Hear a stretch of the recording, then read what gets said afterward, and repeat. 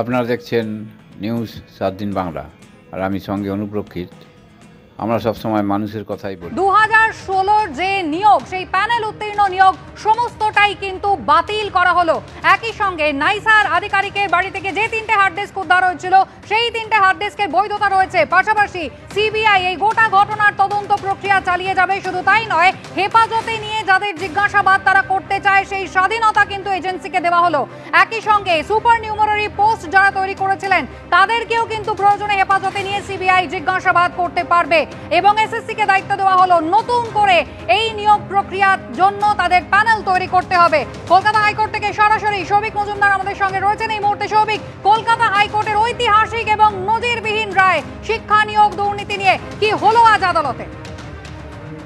দেখো, শিক্ষা নিয়োগ দুর্নীতি নিয়ে কলকাতা হাইকোর্টের যে রায় আজকে দেওয়া হলো সেটা কিন্তু কার্যত ঐতিহাসিক এবং নজিরবিহীন রায়।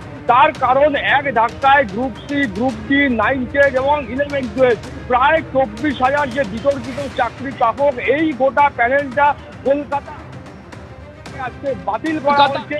এবং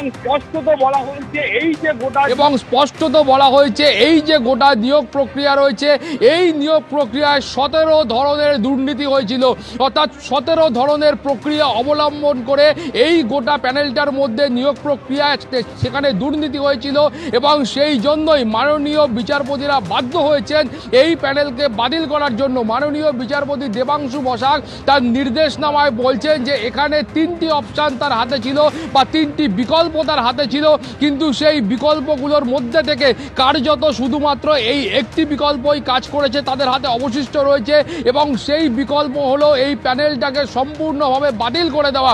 তার কারণ তারা বলছেন যে হয়তো এর মধ্যে, যেটা আইনজীবীরা বলছেন যে হয়তো এর মধ্যে কয়েকজন যোগ্য প্রার্থী তারা থাকলেও থাকতে পারেন, কিন্তু সেই সংখ্যাটা এত কম যে এই বড় নিয়োগের মধ্যে থেকে তাদেরকে খুঁজে বার করা কার্যত অসম্ভব। এবং সেই কারণেই গোটা প্যানেল বাতিলের যে সিদ্ধান্ত, সেই সিদ্ধান্ত নিতে কলকাতা হাইকোর্ট বাধ্য হয়েছে। তার পাশাপাশি তারা বলেছেন যে গোটা এই প্যানেলে বা এই যে নিয়োগ প্রক্রিয়ায় সেখানে শুধুমাত্র একজন পরীক্ষার্থী সোমা দাস, যিনি ক্যান্সার আক্রান্ত, যাকে কার্যত খবরের কাগজে ছবি দেখে তৎকালীন বিচারপতি অভিজিৎ গঙ্গোপাধ্যায় চাকরি দিয়েছিলেন, শুধুমাত্র তার চাকরি বহাল থাকবে। বাকি প্রত্যেকের চাকরি বাতিল করার জন্য কলকাতা হাইকোর্ট নির্দেশ দিয়েছেন। যারা প্যানেলের মেয়াদ উত্তীর্ণ হওয়ার পরে চাকরি পেয়েছিলেন প্রত্যেককে 12% সুদ সমেত তাদের যে বেতনের অংশ ছিল সেই বেতন তাদের ফেরত দিতে হবে। সিবিআই এর যারা আধিকারিক রয়েছেন তারা এর ইনভেস্টিগেশন চালিয়ে যাবেন এবং অতিরিক্ত শূন্যপদ নিয়েও